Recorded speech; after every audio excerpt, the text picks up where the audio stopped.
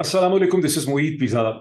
अब से चंद घंटे पहले डेवलपमेंट्स बहुत सी हैं, लेकिन सबसे पहले इसे एब्जॉर्ब करें कि अब से चंद घंटे पहले फॉर्मर प्राइम मिनिस्टर पाकिस्तान जनाब इमरान खान साहब ने इंटरनेशनल खबर रसा एजेंसी, जो इंटरनेशनल वायर एजेंसी है, रॉयटर्स, उसे उन्होंने एक इंटरव्यू दिया। और उस इंटरव्यू में उन्होंने ये क्लेम किया, उन्होंने अपना ये एनालिसिस दिया कि उन्हें ये लगता है कि ये जो मिलिट्री कोर्ट्स का शराड है, यानी जो ड्रामा है, इसका बुनियादी तौर पर एक मकसद है कि किसी न किसी को ऐसा क्रैक किया जाए, डरा धमका के उसको एक स्टेट अप्रूवल बनाया जाए, यानी वादा माफ गवाह, जिसको सुल्तानी गवाह कहते हैं, वो बनाया जाए, जो ये कहेगा कि ये जो कुछ भी हुआ मई 9 को, ये इमरान खान का स्क्रिप्ट था, ये इमरान खान का प्लान था। और फिर इमरान खान के ऊपर मिलिट्री कोर्ट में एक मुकदमा चलाया जाए और इमरान खान को बहुत देर तक जेल में डाल दिया जाए। और उसमें उन्होंने इसकी एक्सप्लेनेशन भी दी। उन्होंने कहा कि क्योंकि 150 के करीब जो उन्होंने मेरे खिलाफ केसेस बना रखे हैं, लेटेस्ट वो अलकादा ट्रस्ट का भी था, उससे कुछ वो चल नहीं पा रहा, बिकॉज वो केसेस जब अदालतों के सामने जाते हैं तो वो कमजोर पड़ जाते हैं, वो कोलैप्स हो जाते हैं। इनका मकसद जो है मुझे देर तक बंद रखने का, वो हल नहीं हो रहा। इसलिए मुझे लगता है कि ये सारा का सारा ड्रामा जो है वो इस मकसद के तहत किया जा रहा है। बड़ा सीरियस और ग्रिम उनका फेस एक्सप्रेशन था। He was very calm and very compose, but serious और ग्रिम उनका फेस एक्सप्रेशन था। 2-3 घंटे पहले रॉयटर ने खुद ये वाला टुकड़ा जो है, इसे उन्होंने ट्वीट किया। और उस वक्त तक बहुत कम लोगों ने उसे देखा था। मैंने उसे रीट्वीट भी किया और मैंने उसके ऊपर एक कोट ट्वीट भी लिखा है। उसी चीज को मैंने एम्फसाइज किया कि बुनियादी तौर पर इमरान खान इस टुकड़े के अंदर क्या कह रहे हैं। अब याद रहे कि कुछ दिन पहले, अच्छा की बात कोई इतनी हवा में भी नहीं है, खाली कोई इमरान खान साहब का एनालिसिस नहीं है। चंद दिन पहले मैंने भी ऐसा ही एक एनालिसिस किया था, जब मैंने फयाजुल हसन चौहान, गालिबन उनका नाम था, जो पीटीआई के लीडर, पंजाब में 2 दफा इंफॉर्मेशन मिनिस्टर रह चुके हैं और हमेशा ही बड़ी वो एक अजीबो गरीब पर्सनैलिटी थे। जिस तरह से वो बात करते थे, वो पर्सनैलिटी थे ही बहुत अजीबो गरीब। उनमें, उनके मिजाज में कभी भी कोई ठहराव नहीं था। वो जो अंग्रेजी जुबान में कहते हैं, many kiss the hands they wish to cut off, ये बड़ा मशहूर प्रयोग है। मैनी किस द हैंड्स, ये बादशाह के बारे में होता था कि many kiss the hands they want they wish to cut off, ये इंग्लिश का बड़ा मशहूर फ्रेज है। तो मैं जब भी फयाजुल हसन चौहान साहब को देखा करता था, तो मुझे वो भी, उसके अलावा भी बड़े और ऐसे लोग हैं पीटीआई के अंदर, ये पूरी पाकिस्तानी पॉलिटिक्स जो है वो भरी पड़ी है, many kiss the hands they wish to cut off. तो मुझे वो फीलिंग उनके बारे में होती थी। और चंद दिन पहले जब वो निकले अपनी प्रेस कॉन्फ्रेंस करके, तो प्रेस कॉन्फ्रेंस बाकी लोगों ने भी की रोते रोते, लेकिन इनकी प्रेस कॉन्फ्रेंस में से ये क्लियरली लग रहा था कि ये इंडिकेट कर रहे हैं कि जो कुछ भी हुआ वो इमरान खान के कहने के ऊपर हुआ। हालांकि इमरान खान उस वक्त जेल में थे, लेकिन इन्होंने ये इंडिकेशन दी कि गुज़िश्ता कई दिनों से मीटिंग्स में इमरान खान इस किस्म का एक प्लान बना रहे थे, उसे इनकरेज कर रहे थे, और फौज के बारे में जो बहुत ज़्यादा फीलिंग पाई जाती है, उसे डायरेक्टली तौर पर इमरान खान ने इनकरेज किया। ये अभी की बात नहीं है। ये जो तस्वर है, ये फौजी असरान के जहनों में बहुत देर से चल रहा है। मार्च में अभी हुकूमत गिरने में भी कोई, आप कह लें मार्च का आखिरी हफ्ता होगा, कि बहुत सीनियर आर्मी ऑफिसर जो हैं अभी भी वो सिस्टम का बहुत इंपॉर्टेंट हिस्सा है, और बहुत खिलाफ है इमरान खान के। तुमसे मेरे मैसेजेस एक्सचेंज हो रहे थे। मैंने उनको अपना कोई वीलॉग भेजा। उस जमाने में वो जमाना था पाकिस्तान का, जब मैं अपने वीलॉग्स पूरी फौज के जनरलों को भेजा करता था। तो मैंने जब अपना वीलॉग उनको भेजा, तो उन्होंने बहुत सख्त कमेंट्स लिखे इमरान खान के बारे में, कि इमरान खान ने फौज के साथ जो किया है वो हिंदुस्तान भी नहीं कर सका। उन्होंने ये लिखा, ये मार्च की बात हो रही है, मार्च 2022 में, वो हिंदुस्तान नहीं कर सका। और हम, जो इमरान खान ने हमारे साथ कर दिया, और हमारे खिलाफ नफरत पैदा कर दी है, और ये सब कुछ कर दिया। तो मैंने उनको जवाब में ये लिखा, मैंने कहा कि सर ऐसा नहीं है जान साहब, इमरान खान, ये हालात की वजह से हो रहा है। और उन्होंने कहा, मतलब ये ट्विटर की कंपेन है, ये इमरान खान जाती तौर पर ट्विटर कंपेन हमारे खिलाफ चला रहा है। तो मैंने कहा ये इमरान खान नहीं चला रहा, ये एक जज्बात इस किस्म के पैदा हो गए हैं, जज्बात बिखर गए हैं, और जो एक्शंस हुए हैं और जो पॉलिटिक्स डिस्टर्ब है इस मौके पे, तरीके से मैंने लिखा जा रहा है, मुझे अपनी जिंदगी अजीज थी, तो उसका ये उसकी वजह से हुआ है। लेकिन उन्होंने कहा कि नहीं, हम एक इदारा हैं और हमें हर चीज का पता है, और हमें पता है कि क्या हो रहा है। तो मैंने उनको कहा कि पब्लिक इस तरह से सोचती है। उन्होंने कहा पब्लिक मैटर नहीं करती, हमें पता है कि पब्लिक के साथ कैसे डील करना है। जब मैंने इतनी खौफनाक लेवल की एरोगेंस देखी, तो मैंने कहा बिल्कुल सही कहते हैं, और अल्लाह खैर करे, और पाकिस्तान के हाल में भी अल्लाह खैर करे। मैं तो खैर निकल आया फ्रॉम द बदनसीब रिपब्लिक ऑफ पाकिस्तान, लेकिन बदनसीब रिपब्लिक ऑफ पाकिस्तान के साथ जो कुछ हो रहा है by the wise people and the अक्लमंद people and the powerful people, वो अब सबके सामने है। और अब में से, आप में से, आई एम श्योर कि अब कभी मेरी, यानी दोबारा उनसे मुलाकात हो, उन जान साहब से, तो मैं उनसे पूछूंगा कि अभी भी आपका ये ख्याल है कि जो कुछ पब्लिक की फीलिंग्स हैं, ये सिर्फ इमरान खान ने पैदा की। लेकिन 1977-79 के अंदर जनरल ज़ियाउल हक की हुकूमत ने भी इसी तरह से जब एक केस बनाया जो बन नहीं सकता था, बहुत मुश्किल केस था जनरल जुल्फ़िकार अली भुट्टो पे, तो उन्होंने भी एक वादा माफ गवाह ढूंढा था। मसूद महमूद उसका नाम था, जो मेरा ख्याल है डायरेक्टर जनरल के डायरेक्टर ऑपरेशन रहा था फेडरल सिक्योरिटी फोर्स एफएसएफ का। इल्ज़ाम ये था कि जुल्फ़िकार अली भुट्टो ने एफएसएफ को इस्तेमाल किया कसूरी, नवाब कसूरी को कत्ल करने के लिए। मारने का मकसद तो अहमद रजा कसूरी साहब थे, लेकिन टारगेट जो है नवाब कसूरी, उनके वालिद साहब की डेथ हुई, जिसकी एफआईआर भी कटाई थी अहमद रजा कसूरी ने। बहुत मशहूर केस है पाकिस्तान की तारीख में। आप में से जितने भी लोग पाकिस्तान की तारीख के मुबस्सिर हैं या उसके उसके ऑब्जर्वर हैं, आप इससे वाकिफ हैं। जो लेकिन नौजवान है शायद उनको ना पता हो। तो वादा माफ गवाह मसूद अहमद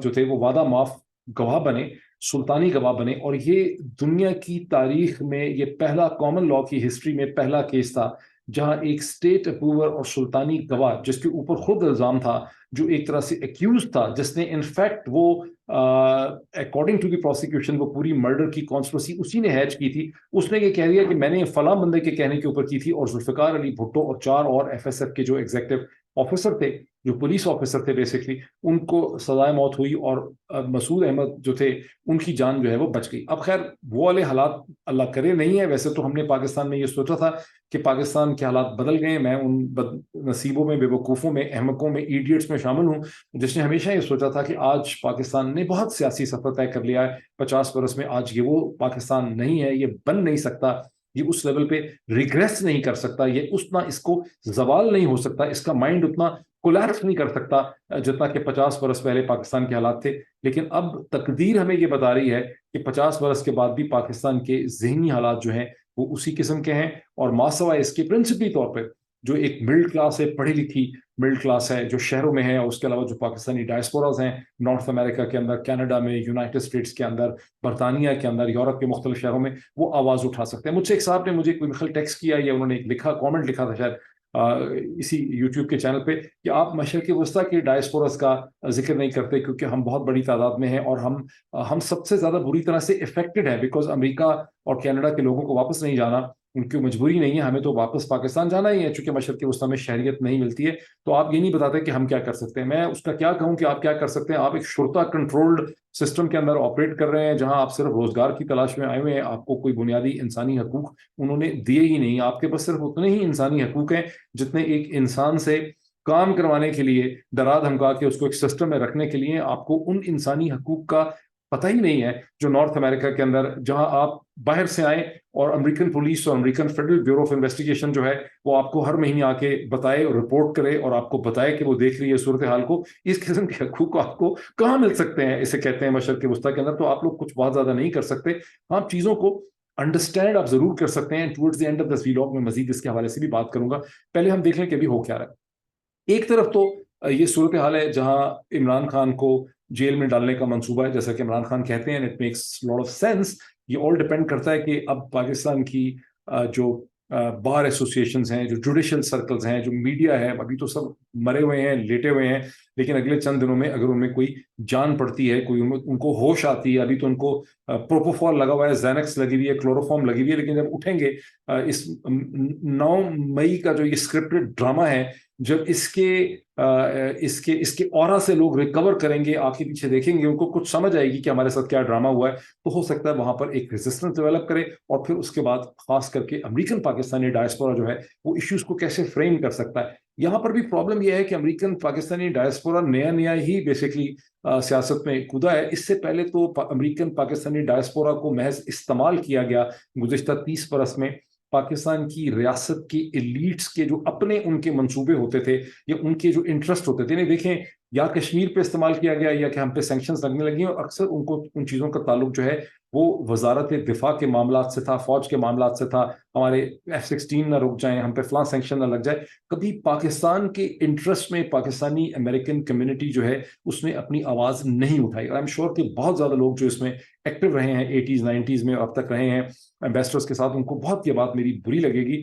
मुझे आप माफ़ कर दें, मैं एनालिस्ट हूँ, میں ایک انالیسس کی بیسس پہ بات کرتا ہوں. آپ کو یوز کیا گیا ہے چھوٹے چھوٹے مقاصد کے لیے, آپ کبھی پاکستان کے لیے نہیں استعمال ہوئے. آپ کا بنیادی مقصد یہ تھا کہ ہم پاکستان جائیں تو ہمیں پروٹوکول ملے, ہمیں کوئی ایئرپورٹ پہ ریسیو کرنے کے لیے آ جائے, کوئی ہمارا بیگ اٹھا لے, کوئی ہمارے زمین کے جو مسئلے مسائل ہیں وہ فلاں افسر جو ہے وہ سیٹل کر دے, یا ہمیں ایمبیسی کے اندر ہمیں بلایا جائے. اور یہی آپ کی بھی تھنکنگ تھی, یہی آپ کا بھی ویژن تھا. تو پاکستان کی کوئی انڈرسٹینڈنگ آپ کے اندر تھی ہی نہیں. تو جب پاکستان کی کوئی انڈرسٹینڈنگ آپ کے اندر تھی ہی نہیں تو آپ نے کیا سرو کرنا تھا؟ تو یہ تو ابھی نیا نیا آپ کو ہوش آیا ہے اور آپ اس میں اٹھے ہیں. اس میں سے بھی جو پرانے لوگ ہیں جنہوں نے اپنے ریاست کے ساتھ تعلقات بڑے رکھے ہوئے ہیں, جن کو پروٹوکال چاہیے, جن کے پاکستان میں بزنسز ہیں, وہ نہیں بولتے, ان میں ہمت نہیں ہے, ان میں مورل کریج نہیں ہے. اور بلکہ اب پاکستان کی جو رجیم ہے, خنتا, یہ ٹرم اب بہت امپورٹنٹ ہے. پاکستان میں جس طرح کی حکومت ہے, اس کے لیے لفظ حکومت نہ استعمال کریں. پہلا امپورٹنٹ پوائنٹ ہے. پوچھتے ہیں کہ کیا کرنا چاہیے, یہ چھوٹی چھوٹی ورڈز بڑے امپورٹنٹ ہوتے ہیں. جس طرح سے رونالڈ ریگن نے سوویت یونین کو اس نے ایک روگ امپائر یا سم تھنگ اس کا نام اس نے رکھا ہوا تھا, ایول امپائر. یہ جو ٹرمینالوجی ہوتی ہے بڑی امپورٹنٹ ہوتی ہے. تو پاکستان میں جو حکومت ہے اس کی کوئی بود و باش حکومت کی ہے نہیں, اس کی کوئی خوشبو حکومت کی نہیں ہے. اگر آپ دیکھیں سپریم کورٹ کو وہ نہیں مانتی, کورٹس کو وہ نہیں مانتی. دو حکومتیں پنجاب اور خیبر پختونخوا تو ویسے ہی بیونڈ کانسٹیٹیوشن وہاں پہ کام کریں. تو اس کے لیے جو رائٹ ٹرم ہے وہ اسپینش کا ورڈ ہے ہنتا, JUNTA. ہنتا ہوتا ہے پولیٹیکل یا ملٹری ایسی لیڈرشپ جو قبضہ کر لیتی ہے کسی ریاست کے اوپر اور پھر اپنے کسی پلان کے تحت اس ریاست کو لے کر چلتی. تو یہ جو پاکستان میں ہنتا بیٹھی ہوئی ہے, اب اس نے ایک نیا شوشہ چھوڑا ہوا ہے گزشتہ چند دنوں سے, جو انہوں نے کیا ہے 9 مئی کو. اس کے جتنے ملٹیپل یوزز نکلے ہیں 9 مئی کے, اس سے جتنے فائدے یہ اٹھا رہے ہیں, اس سے ہی کلیئر ہو جاتا ہے کہ 9 مئی کس کا پلان تھا, کس کا اسکرپٹ تھا. لیکن شوشہ انہوں نے یہ چھوڑ دیا تھا انہوں نے اسی وقت. آپ کہہ لیں کہ 15-16 مئی کو یہ شوشہ یہ چھوڑ چکے تھے, لیکن ابھی تک وہ شوشہ چل رہا ہے. بہت سے لوگ اب اس کو سن رہے ہیں, اور وہ شوشہ یہ ہے کہ 9 مئی جو ہے یہ ایک کو اٹمپٹ تھی جو عمران خان نے چند فرینڈلی جنرلز کے ساتھ مل کے کی. میں نے یہ سن بہت پہلے لیا تھا, 15 مئی 14 مئی سے میں سن رہا ہوں, لیکن میں نے اس پہ کامنٹ نہیں کیا. لیکن آپ کامنٹ کرنا اس پہ ضروری ہے کہ اکثر لوگوں جو اس میں بلیو کرنے لگ گئے ہیں کہ شاید ایسی کوئی چیز ہے. بڑے ایک سیریس قسم کے شخصیت نے جو خود بہت بڑے اینالسٹ ہیں, انہوں نے مجھ سے کہا کہ یہ لگتا ہے کہ یہ کوئی کو تھا. اور کو کا پلان یہ ہے کہ جنرل عاصم منیر جو ہیں وہ پاکستان سے باہر تھے, وہ پہلے عمان میں تھے, عمان سے قطر چلے گئے, اور میرے خیال شہباز شریف بھی پاکستان میں نہیں تھے. اور یہ پیچھے سے رینجرز کو استعمال کیا فرینڈلی جنرل صاحبان نے. انہوں نے ایک ڈرامہ کھڑا کیا, ان کو پتا تھا کہ عوام سڑکوں پہ نکلیں گے, اس کے اندر انہوں نے اپنے بھی ایلیمنٹس ایڈ کر دیے, اور خیال ان کا یہ تھا کہ اگر 2-3 دن تک یہ کیوس جو ہے یہ کنٹینیو کرتا ہے, مار دھاڑ کنٹینیو کرتی ہے, تو پھر پریزیڈنٹ عارف الوی جو ہیں وہ عاصم منیر کو ہٹا دیں گے اور کسی اور جنرل صاحب کو وہاں پہ لگا دیں گے. یہ بالکل ایک ہوا کی چیز ہے. پہلی بات, پاکستان کی فوج نا بڑی پیشہ ورانہ قسم کی نوکری پیشہ فوج ہے. اس کے اندر کوئی پلان بنانے کی اس قسم کی ہمت ہی نہیں ہے. وہ صرف اپنے چیف ہی کی طرف دیکھتے ہیں. ان کی کوئی ڈائگریشن کرنے کی, کوئی ریولیوشنری قسم کے آئیڈیاز ان کے اندر ہیں ہی نہیں. سرکاری نوکری پیشہ قسم کے سارے افسران ہیں. ایم سوری ٹو سے ڈاکٹر عارف الوی کے اندر بالکل دم خم نہیں ہے اس قسم کے کسی پلان کو لے کے چلنے میں. وہ کمزور ہیں, اتنے مضبوط نہیں ہیں. اب تک جتنا کچھ وہ کر چکے سپریم کورٹ وغیرہ کے حوالے سے وہی بہت ہے. اتنا بڑا پلان کرنے کا کہ عاصم منیر کو ہٹا دیں اور کسی اور کو لگا دیں, یہ ڈاکٹر عارف الوی کی بساط سے بہت باہر کی چیز ہے. یہ ایک کاؤنٹر نیریٹو ہے. یہ کاؤنٹر نیریٹو اس لیے نکالا گیا ہے کہ چونکہ بہت زیادہ لوگوں کو یہ شک ہو گیا ہے, وہ اس کا انالیسس کرتے ہیں, خاص کر کے جس طرح سے کور کمانڈر لاہور کے گھر کے اوپر حملہ ہونے دیا گیا, یہ سارا ایک اسکرپٹ تھا. تو اس کو دوسری سائڈ سے اس کو کمزور کرنے کے لیے, اس نیریٹو کو اور اپنے آپ کو چھپانے کے لیے ایک کاؤنٹر نیریٹو جو ہے وہ لانچ کیا گیا. ورنہ آپ 9 مئی کو دیکھیں, اس کے اندر سے جس طرح وہ علامہ اقبال کا میرا خیال ہے پرانی بچپن میں علامہ اقبال ایک بچپن کے شاعر ہوتے تھے, تو انہوں نے ایک شعر ان کا تھا کہ رب کا شکر ادا کر بھائی جس نے ہماری گائے بنائی. اور اس کے آگے پھر وہ بالکل ایک ہندو میتھولوجی کی طرح ایکسپلین کرتے ہیں کہ گائے سے کس قسم کے فوائد جو ہیں ملتے ہیں, دودھ بھی ہے, گوشت بھی ہے, اینڈ سو آن. تو یہ 9 مئی جو ہے یہ رب کا شکر ادا کر بھائی جس نے ہماری گائے بنائی, کہ یہ اتنا ملٹی ڈائمینشنل پلان تھا کہ ابھی تک اس کی روزی سارے لوگ کھانے میں لگے ہوئے. اب یہ آگے کیا کرنا چاہتے ہیں ذرا اس کو دیکھ. اس سے پہلے کہ ہم دیکھیں کہ اس وقت ان کا پلان کیا ہے, پہلے یہ تھوڑا سا دیکھ لیں کہ جو کاؤنٹر نیریٹو کی جہاں ہم نے بات کی, چونکہ سب سے زیادہ خطرہ جو ہے یہ جو رجیم ہے اور جو ہنتا ہے پاکستان میں, اس کو سب سے زیادہ دھڑکا لگتا ہے امریکہ سے. اور وہ جو امریکہ میں جب سے 66 اب وہ 70 ہو گئے ہیں, 70 के करीब कांग्रेसमैन ने टोनी ब्लिंकन को जो खत लिखा है, और बात है कि टोनी ब्लिंकन के कान पे जू नहीं रेंगी उससे, लेकिन उससे एक जो प्रेशर बिल्डअप होता है उनको नजर आता है। सेनेटर्स एंड कांग्रेसमैन जैसे भी ग्रेग कसार ने बहुत खुल के बोला है टेक्सास में पाकिस्तानी अमेरिकन के साथ बात करते हुए।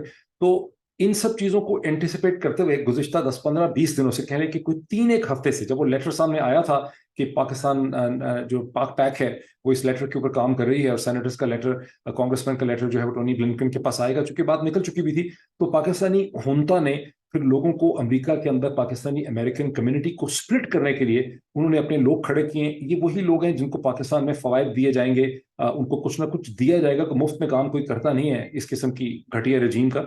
और आइडिया और जो स्लोगन उनका होगा वो ये कि पाकिस्तान के खिलाफ बात ना करें, यहाँ पाकिस्तान के खिलाफ जब बात करते हैं तो फिर कश्मीर का कॉज मुतासर होता है, हमारे हथियारों की सप्लाई मुतासर होती है, हमारी फलां चीज़ें मुतासर होती हैं, पाकिस्तान के खिलाफ यहूदी भी आ जाते हैं, हिंदुस्तानी भी आ जाते हैं।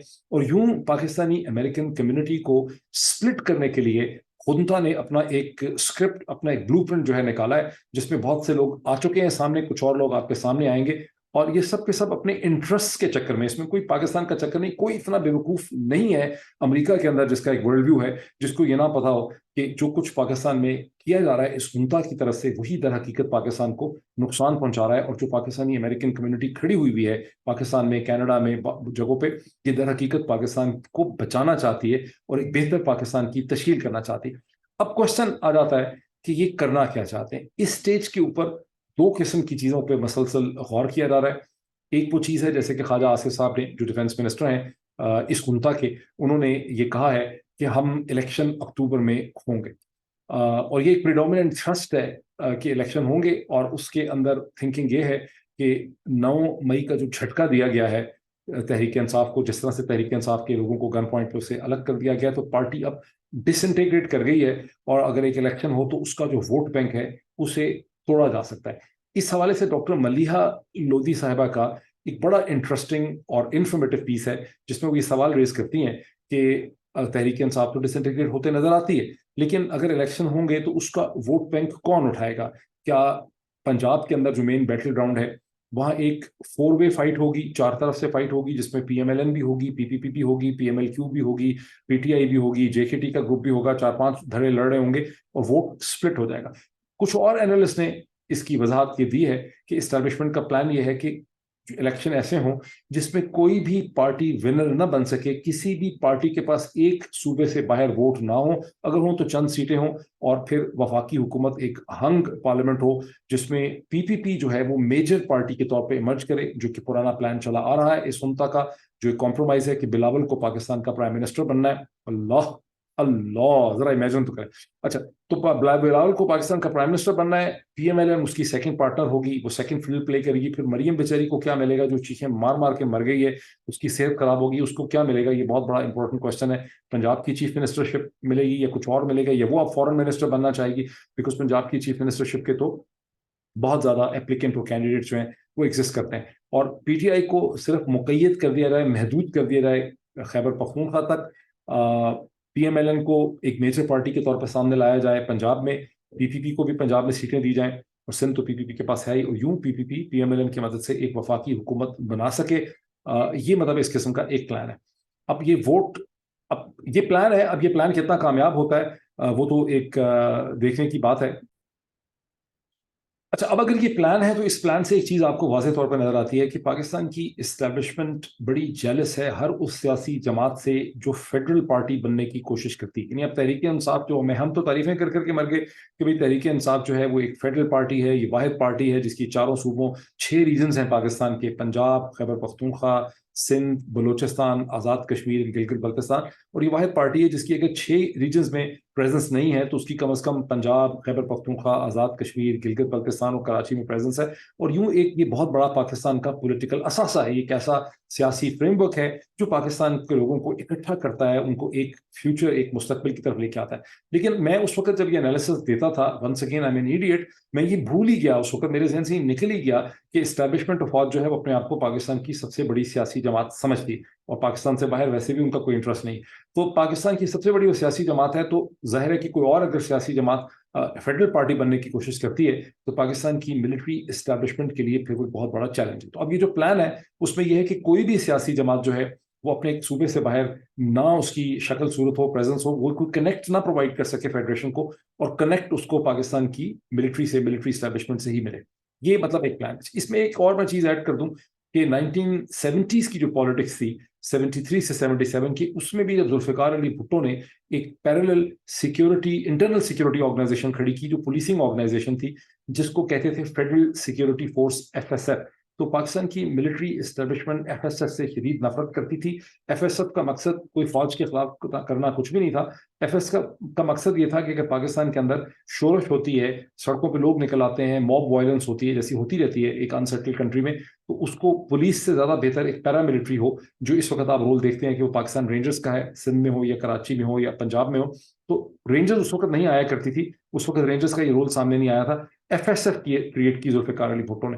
فوج FSF سے شدید نفرت کرتی تھی. جیسی ذوالفقار علی بھٹو کی حکومت ختم ہوئی, تو میرا خیال ہے جو پہلا کام ہوا آفٹر the 5 جولائی 1977 کے مارشل لا کے بعد, وہ یہ کہ اگلے آنے والے دنوں میں FSF کو ڈسبینڈ کیا گیا, اور اس کی تمام لوگوں, کچھ کو فوج میں ڈالا گیا, کچھ کو پولیس میں ڈالا گیا, کچھ کو گھر بھیج دیا گیا, اور یوں اس کو ختم کر دیا. اب اس میں ایک پوائنٹ اور ایڈ کر لیں, بہت سے لوگ آپ میں سے اردوغان سے بڑی محبت میں گرفتار ہیں, اور 2016 کا ترکی کے اندر جو ایک ناکام ملٹری کو ہوا تھا, اس میں آپ سمجھتے ہیں کہ وہ لوگ نکل آئے اور لوگوں کی بہادری کی وجہ سے ناکام ہو گئے. ایسا ٹوٹلی نہیں ہے, لوگ ضرور نکل آئے, اس میں کوئی شک نہیں ہے, لیکن اس کا اسٹرکچر جو تھا, اس کاؤنٹر کو کا, جو کو کے خلاف جو کاؤنٹر فورس نکلی تھی, وہ بنیادی طور پر ٹرکش پولیس تھی اور ٹرکش منسٹری آف انٹیریئر کے ٹروپس تھے, جو پیرا ملٹریز تھے, جو اپنی الیکٹڈ گورنمنٹ سے لوئل رہے. اب وہ کیسے ہوا؟ وہ ایسے ہوا, پہلے تو ویسے بھی ٹرکش ملٹری کی اتنی ڈیپ پینیٹریشن نہیں تھی ان آل ڈپارٹمنٹس آف لائف, انہوں نے کبھی کوشش بھی نہیں کی. فار انسٹنس ترکی میں انہوں نے کبھی ریگڈ الیکشن کرنے کی بھی کوشش نہیں کی. یہ کیوں نہیں کی, میں اس پہ کوئی ریسرچ کروں گا, کبھی دوبارہ ترکی جاؤں گا, میں اس کو سمجھوں گا کہ کیا وجہ ہے کہ ترکی کی فوج نے کبھی بھی الیکشنز کو ریگ کرنے کی کوشش نہیں کی.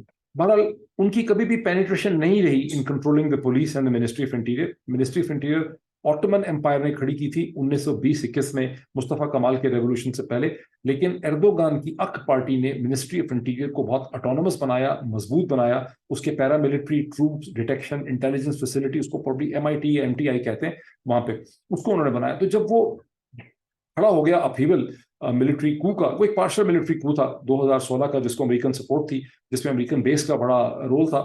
تو منسٹری آف انٹیریئر کے ٹروپس اور ٹرکش پولیس جو تھی, اس نے کنفرنٹ کیا سولجرز کو سڑکوں کے اوپر, چونکہ وہ پیرا ملٹری تھے, وہ بہت بہتر ٹرین تھے. ٹرکش پولیس بھی پنجاب پولیس وغیرہ کی طرح نہیں ہے. مجھے ایک دفعہ ٹرکش گورنمنٹ نے بلایا تھا اپنی سیلیبریشنز میں نارتھ سائپرس کے حوالے سے, تو وہاں میں نے ان کی پولیسنگ آرگنائزیشنز کی پرفارمنس دیکھی تھی, ان کی گوریلا جو انہوں نے اپنے ایکروبیٹکس کر کے دکھائے, انہوں نے جو لینڈنگز کی, پیراٹروپر لینڈنگ وغیرہ کی, ان کے پاس اپنے بہت سا ان کے پاس اکوپمنٹ بھی تھا. تو بیسکلی طور پہ ٹرکش پولیس پیرا ملٹری جو ہے وہ بہت زیادہ ٹرینڈ ہے, اور 2016 میں ان کا بڑا رول تھا. اس کو سمجھنا, اس کو ذہن میں رکھیے گا. اچھا, اب جب ہم الیکشن کی بات کرتے ہیں اکتوبر کی, جو میں نے بات کی, ایک اس میں نقطہ ایڈ کرنا بہت ضروری ہے کہ ابھی یہ ڈن ڈیل نہیں ہے, کیونکہ خواجہ آصف نے کہا ہے, اور میڈیا میں بہت سے لوگ اب یہ کہہ رہے ہیں, مسلسل اس کی بات ہو رہی ہے, ویلاگرز بھی اس کا کہہ رہے ہیں, کیونکہ ARY کے ایک رپورٹر ہیں اظہر فاروق, میرا خیال ان کا نام ہے, انہوں نے اس حوالے سے ٹویٹ بھی کیا, اس میں بہت صداقت ہے کہ ابھی یہ بھی غور ہو رہا ہے کہ کیا اسمبلی کی مدت کو 1 سال بڑھایا جا سکے. آپ کے ذہن میں سوال ہے کہ ایک سائڈ پہ الیکشن تو پھر ایک سائڈ پہ اسمبلی کی مدت بڑھانے کی کیا بات ہے؟ اس کی وجہ یہ کہ کنفیوژن ہے. ابھی تک یہ اسیسمنٹ ہو رہی ہے کہ کیا PTI کے ووٹ بینک کو ہم توڑ پائے ہیں, لوگ ہم نے الگ کر لیے ہیں, لیکن اگر عمران خان نے نئے لوگ کھڑے کر دیے, جیسے کہتے ہیں کہ پول بھی کھڑا کیا, اس کو لوگ ووٹ آئیں گے. اگر عمران خان نے ینگ جوشیلے MPs کھڑے کر دیے, MNAs لڑکے کھڑے کر دیے, جیسے 2013 یا 2018 میں مراد سعید کی آمد ہوتی ہے پاکستانی پالیٹکس میں, تو پھر کیا ہوگا؟ اور اس خطرے کی وجہ سے یہ بھی انڈر کنسیڈریشن ہے کہ اگر سیاست کنٹرول میں نہ آئے تو پھر ہم اس اسمبلی کی مدت کو بڑھا سکتے ہیں. اب یہ سارا کچھ کیوں کیا جا رہا ہے, یہ میں بڑی دفعہ اس کے اوپر ویلاگس پہ بات کر چکا ہوں. اس کی جو ایکسٹرنل ڈائمینشن ہے, اس پہ آپ بہت سی ڈبیٹ کر سکتے ہیں, اسپیکولیٹ کر سکتے ہیں کہ وہاں کیا مقاصد ہے, میں اس میں اس وقت جاؤں گا بھی نہیں. ایک چیز تو بالکل کلیئر ہے نا, کہ لوگ کہتے ہیں جی یہ وہی فوج تھی جو عمران خان کو لے کر آئی تھی, اسی فوج نے اس کو ہٹا دیا. یہ وہی فوج نہیں ہے, یہ وہی اسٹیبلشمنٹ نہیں ہے. وہ اسٹیبلشمنٹ نواز شریف کے اور آصف علی زرداری کے خلاف تھی. جنرل باجوہ نے جو اسٹیبلشمنٹ کھڑی کی, وہ نواز شریف کے ساتھ اس کا اتحاد ہوا. اور یہ جو موو ہوئی ہے, اگر اس میں ایکسٹرنل فیکٹر نکال دیں تو اس میں جو سب سے ڈیسائزو چیز ہے وہ الائنس ہے جو نواز شریف اور جنرل باجوہ کے درمیان ہوا, اور جس کو اب general Asim Munir for his own reasons continue کر رہے ہیں. وہ بھی بہت بڑی ڈبیٹ ہے. اب آپ لوگ سب क्या कर सकते हैं, दैट इज द क्वेश्चन, कि आप लोग क्या कर सकते हैं। ये एक बड़ा कुदरती सा सवाल है, क्योंकि अगर आप लोग कुछ नहीं कर सकते तो फिर तो आप लोग हेल्पलेस विक्टिम्स हैं, प्रोसेस ऑफ हिस्ट्री की, तारीख के जो जबर है उसके हेल्पलेस विक्टिम है। ऐसा होता नहीं है, लोग इंसान कंट्रीब्यूट करते हैं, और पाकिस्तान में बैठे हुए लोग भी बहुत कंट्रीब्यूट कर सकते हैं, और पाकिस्तान से बाहर लोग भी बहुत ज्यादा कंट्रीब्यूट कर सकते हैं, बल्कि ज्यादा उनसे कंट्रीब्यूट कर सकते हैं। एक तो पाकिस्तान में कोई जद्दोजहद और कश्मकश खत्म नहीं हुई है। ये जो एक खौफ है मई 9 का, ये और चंद दिनों में उठने लग जाएगा, और मुझे बहुत उम्मीद है कि अदालतें, जुडिशरी, बार एसोसिएशंस और जो एक एक्टिविज्म है वो वापस आएगी, और बहुत सी जो फैशिज्म है इस हुंता की, JUNTA, हुंता, ये लफ्ज याद रखें, इस हुंता की जो फैशिज्म है इसके रास्ते में लोग अपनी आवाज उठाएंगे और खड़े होंगे और इसको रेजिस्ट करेंगे, जैसा कि हमें लग रहा है कि शायद जुडिशरी उसे रेजिस्ट कर रही है, खास करके खैबर पख्तूनख्वा के अंदर। लेकिन जो सबसे बड़ी कंट्रीब्यूशन, खास करके जो पाकिस्तानी बाहर पाकिस्तान के अंदर भी हैं, दुनिया भर में फैले हुए पाकिस्तानी, अपने आइडियाज को तो ठीक कर लें पहले। अपने जितना, यानी अगर एक कौम जहनी तौर पे, शऊरी तौर पे तवाना होती है, उसको अक्ल होती है, उसको समझ आती है चीज़ों की, तो उसको कोई महकूम नहीं बना सकता। तो जो बहुत बड़ा एक सिंगल पॉइंट प्रिंसिपल है, अगर हम 70 बरस की तारीख को पीछे मुड़ के देखें, उसमें 1971 की ट्रेजेडी को भी ले आए, तो अपने आप से सवाल पूछें कि क्या हिंदुस्तान ने पाकिस्तान को बहुत ज्यादा नुकसान पहुंचाया? ये पाकिस्तान के अंदर की जो तबकाती कशमकश है, क्लास वॉरफेयर है, इलीट पेनिट्रेशन है, इलीट कंट्रोल है, सिविल मिलिट्री ब्यूरोक्रेसीज के ऊपर इलीट का कंट्रोल है, जो इलीट का अलायंस है कि एक आदमी जो है घर में, एक आदमी तो जज है सुप्रीम कोर्ट का या कोई हाई कोर्ट का, एक उसकी बेटी की शादी हुई है किसी फौज के बड़े सीनियर अफसर के साथ, एक पुलिस में हुई है, एक डिस्ट्रिक्ट मैनेजमेंट में हुई है, एक भाई कोई बहुत बड़ी फैक्ट्री चला रहा है एक्सपोर्ट्स की, इम्पोर्ट की, किसी चीज की। तो ये जो इलीट कैप्चर है, ये सबसे बड़ा नुकसान अगर पाकिस्तान को किसी चीज ने पहुंचाया तो ये इलीट कैप्चर है। और यही वही इलीट है जो कहती है हमें F-16 भी चाहिए, हमें F-18 भी चाहिए, हमें फलां किस्म के, किस चीज के लिए चाहिए ये। मतलब अगर हम 1971 की ट्रेजेडी को साइड पे रखें, उसके ऊपर हम डिबेट कर लें कि उसमें हिंदुस्तान का कितना रोल था और हमारा कितना रोल था, तो 70 बरस की तारीख में हिंदुस्तान ने पाकिस्तान को इतना नुकसान नहीं पहुंचाया। एग्जिस्टेंशियल कॉन्फ्लिक्ट जरूर है, पाकिस्तानियों ने खुद ही अपने आप को नुकसान पहुंचाया। तो अगर सिर्फ इस एक पॉइंट को समझ लें और उसके बाद बाकी चीजों को समझने की कोशिश करें, तो आज भी आप बड़ा रोल प्ले कर सकते हैं। लेकिन अगर आप इकट्ठे होकर अपना पैसा जाया करेंगे आके कश्मीर के कॉज में, 20 साल से जितना हमने, पाकिस्तान ने कश्मीरियों को नुकसान पहुंचाया है, वो बहुत ज्यादा नुकसान पहुंचाया। तो अगर उसकी अंडरस्टैंडिंग आपको हो कि हमने जो भी कुछ किया उससे सिर्फ कश्मीर को, कश्मीरियों को नुकसान पहुंचाया और हमने कोई भी फायदा उससे नहीं उठाया, और हम ये जो इसराइल के पीछे पड़े हुए हैं, हालांकि इसराइल के साथ हमारा कोई झगड़ा नहीं, इसी चीज को मैं कह रहा हूं कि अपने आइडियाज की करेक्शन कर लें, और आपका तमाम तर जो चैलेंज है वो पाकिस्तान के अंदर उसकी पॉलिटिक्स को ठीक करना है। अगर आपका एक दफा हदफ और टारगेट ठीक हो जाए और फजूल चीजों से अपना जहन हटाएं और पाकिस्तान की पॉलिटिक्स पे आप फोकस करें, तो फिर आप बड़ी कंट्रीब्यूशन कर सकते हैं, फिर आपको कोई बेवकूफ नहीं बना सकता।